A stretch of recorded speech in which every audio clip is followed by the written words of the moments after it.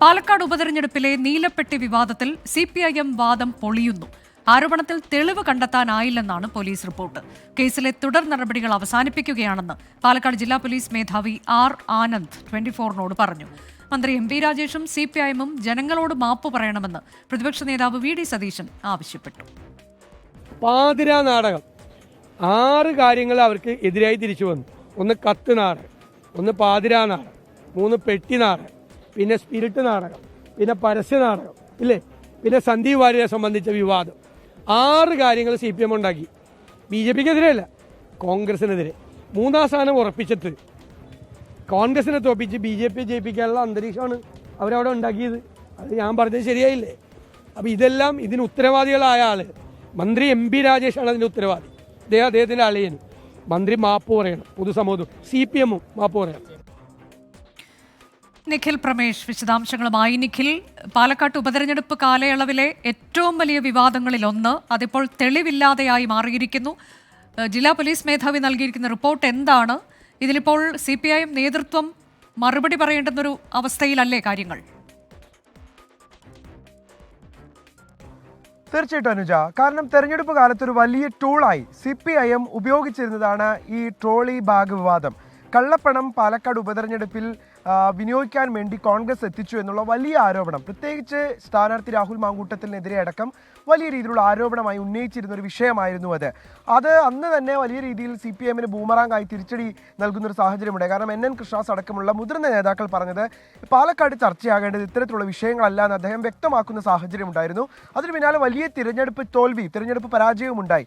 ഇതിനൊക്കെ ശേഷം ഇപ്പോൾ പോലീസിന്റെ അന്വേഷണ റിപ്പോർട്ട് കൂടി പുറത്തു വരുമ്പോഴാണ് CPIM കൂടുതൽ പ്രതിരോധത്തിലാവുന്നത്. കാരണം ജില്ലാ സെക്രട്ടറി തന്നെ നേരിട്ട് നൽകിയിട്ടുള്ള പരാതിയിൽ വ്യക്തമാക്കുന്നത് ഈ നീല ട്രോളി ബാഗിൽ കള്ളപ്പണം പാലക്കാട്ടേക്ക് എത്തിച്ചു, KPM ഹോട്ടലിലേക്ക് എത്തിച്ചു, സ്ഥാനാർത്ഥി തന്നെ സ്വന്തം വാഹനത്തിൽ അത് കടത്തിക്കൊണ്ടുപോകുന്ന സാഹചര്യമുണ്ടായി എന്നതടക്കമുള്ള ഗുരുതരമായിട്ടുള്ള ആരോപണങ്ങളാണ് അദ്ദേഹം ഉന്നയിച്ചത്.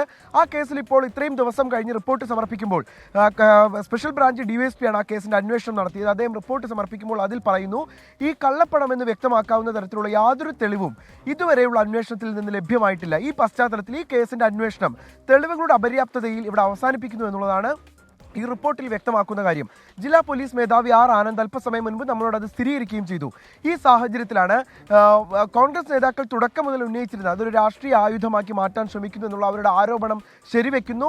UDF-ന് ക്ലീൻ ചിറ്റ് ലഭിച്ചിരിക്കുന്നു, രാഹുൽ മാങ്കൂട്ടത്തിനെ കള്ളപ്പണക്കാരനാക്കാൻ ശ്രമിച്ചു തന്നെ എന്ന് രാഹുലിന്റെ വാദത്തെ കൂടുതൽ ശരിവെക്കുന്നു ഈ കാര്യങ്ങൾ. രാഹുൽ അതിനുശേഷം മാധ്യമങ്ങളോട് പറഞ്ഞ കാര്യങ്ങൾ നമ്മൾ ഓർക്കണം. അദ്ദേഹം പ്രധാനമായും പറഞ്ഞത് തന്നെ ഒരു കള്ളപ്പണക്കാരനാക്കാൻ, രാഷ്ട്രീയപരമായി നേരിടുന്നതിന് പകരം കള്ളപ്പണക്കാരനാക്കാൻ ശ്രമിച്ചു എന്ന് അദ്ദേഹം പറയുന്നു. CPM BJP-യും ചേർന്നൊരുക്കിയ ഒരു അജണ്ടയായിരുന്നു ഈ വിവാദം എന്നുകൂടി അദ്ദേഹം പറഞ്ഞു വെക്കുകയാണ്.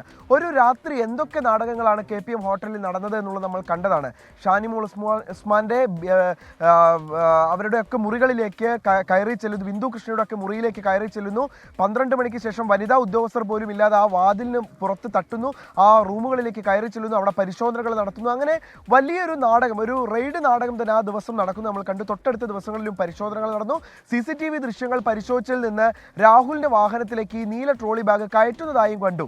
ഇതിന് പിന്നാലെയാണ് വിവാദം വീണ്ടും കൊഴുത്തത്. പക്ഷേ അന്വേഷണ റിപ്പോർട്ട് ഇപ്പോൾ പുറത്തു വന്നപ്പോഴാകട്ടെ ആ പെട്ടി ശൂന്യമായിരുന്നു. ആ പെട്ടിയിൽ ഈ പറഞ്ഞതുപോലെ വിവാദത്തിന് ആധാരമായ ഒന്നുമില്ല എന്ന് കണ്ടെത്തുന്ന സാഹചര്യം ഉണ്ടാകുന്നു.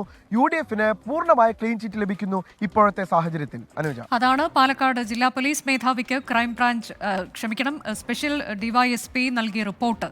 അതിൽ ഇപ്പോൾ തെളിവില്ല എന്ന് പറയുന്നു. അന്വേഷണം അവസാനിപ്പിക്കുകയാണ് എന്നതാണ് ജില്ലാ പോലീസ് മേധാവി 24നോട് പറഞ്ഞത്.